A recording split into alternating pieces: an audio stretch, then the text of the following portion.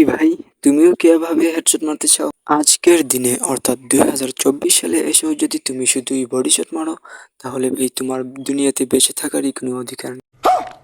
তাই তুমিও যদি প্রো প্লেয়ারদের মতো হেডশট মারতে চাও, তাহলে আজকের ভিডিওটা তোমার জন্য। গ্যারান্টি দিচ্ছি, এই ভিডিওটা দেখার পর তুমি 100% বট হয়ে যাবা। कहना कहना क्या चाह रहे हैं भाई आप? না মানে প্রো হয়ে যাবা। তোমারও প্রত্যেক শটই হেডশট লাগবে এবং মানুষ তোমাকে হ্যাকার বলতে থাকবে। আমি জানি আমার কথাগুলো শোনার পর তোমার অবস্থাটা ঠিক এমন। এই সময় কম, শুরু করো। ও চাচা, শুরু করতেছি, লুঙ্গিটা বান্ধালই। আপনারও লুঙ্গি গামছা সবগুলা বান্ধালুন, কারণ আজকের ভিডিওর পর আপনি আর নুব থাকবেন না, বরং একজন প্রো প্লেয়ার হয়ে যাবেন। তাহলে চলো প্যাক প্যাক না করে আসল কথায় আসি। একজন প্রো প্লেয়ার হওয়ার জন্য তোমার প্রথমেই যে জিনিসটা দরকার সেটা হচ্ছে আইফোন। चुप एकदम चुप। তোমার যদি একটি আইফোন থাকে তাহলেই তুমি প্রো প্লেয়ার। কথাটি সম্পূর্ণ মিথ্যা। তোমার যদি স্কিল থাকে তাহলে তুমি 2 জিবি 3 জিবি র্যামের ফোনেও অনেক ভালো গেম প্লে করতে পারবে।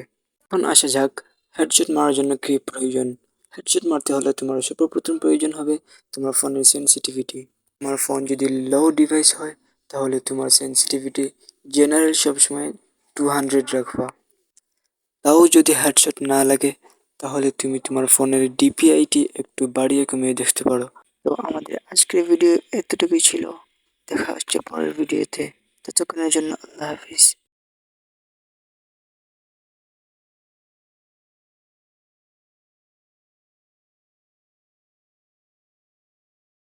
আশা করি তুমি তোমার সলিউশন পেয়ে যাবে। হেডশট মারার জন্য কি শুধুই সেন্সিটিভিটি জরুরি? না ভাই, আরো অনেক কিছু দরকার আছে, আমাকে বলতে দাও। দ্বিতীয়ত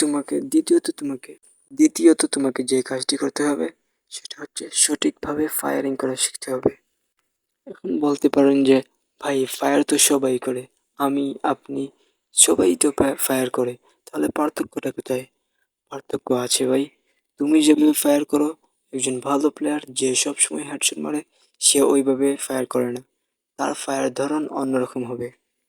তুমি স্ট্রেট ডাক করবে সবসময়, তুমি সবসময় স্ট্রেট ডাক করো, আর সে তুমি সবসময় স্ট্রেট ড্রাগ করো, আর সে সবসময় রোটেশন ড্রাগ অথবা অন্য ধরনের ড্রাগ করে, যেগুলো অনেক ধরনের ড্রাগ হয়ে থাকে।